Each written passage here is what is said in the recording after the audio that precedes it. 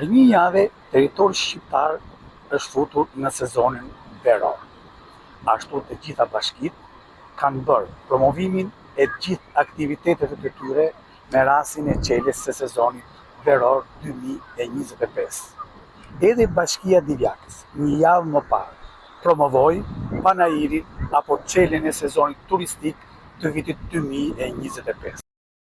Divjaka, edhe pse një qytet i ri në strukturë urbane, mbart një histori të lashtë që lidhet me qytetin e humbur të Arnisës dhe rrugën legjendare Via Egnatia. Emri i saj mendohet të vijë nga latinishtja due vie, dy rrugët, të cilat lidhin Apollonin me Durrësin dhe bashkoheshin në zonën që sot njihet si Peqini. Sot Divjaka është ndërruar në një qendër të rëndësishme turistike ku përzihen historia, natyra, gastronomia dhe bukuritë detare. Me plazhin e saj ranor, ujin e kristalit dhe pyllin me pisha të buta, ajo ofron një përvojë unike për vizitorët vendas dhe të huaj gjatë gjithë vitit.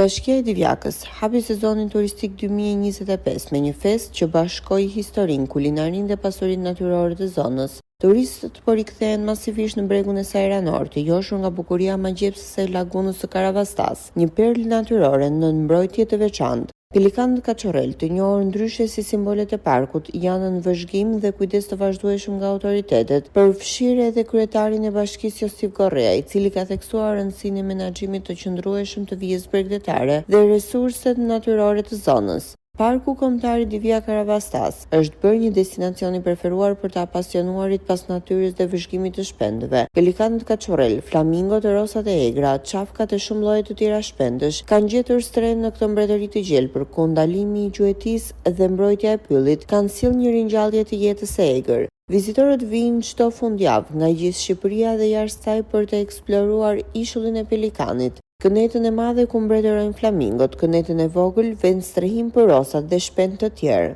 Në Divjak vizitorët nuk vijnë vetëm për plazhin, aty ofrohet një përvojë plot, ushqim tradicional me bazë të prodhimeve bio të zonës, shëtitje në pyllin me pisha, vëzhgim shpendësh apo shijimi peshkut dhe ngjarjes së freskët nga laguna. Kulla panoramike 360 gradë dhe infrastruktura turistike në zgjerim e kanë kthyer Divjakën në një qendër turizmi të qëndrueshëm.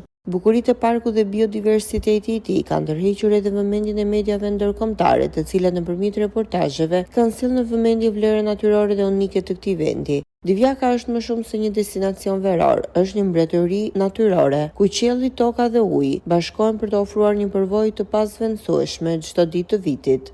Një ditë diele kalohet shumë bukur në Divjakë. Atëherë them gjithë bashkëpunëtorëve të mi që zgjedhin Divjakën si pikë pushimi ditët e dielave.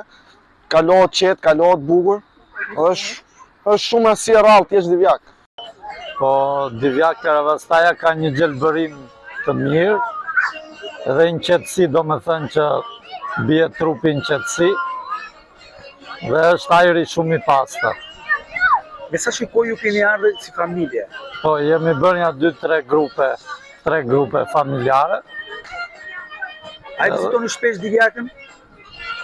Për mua është herë e parë, kurse grupi tjetër është disa herë, domethënë.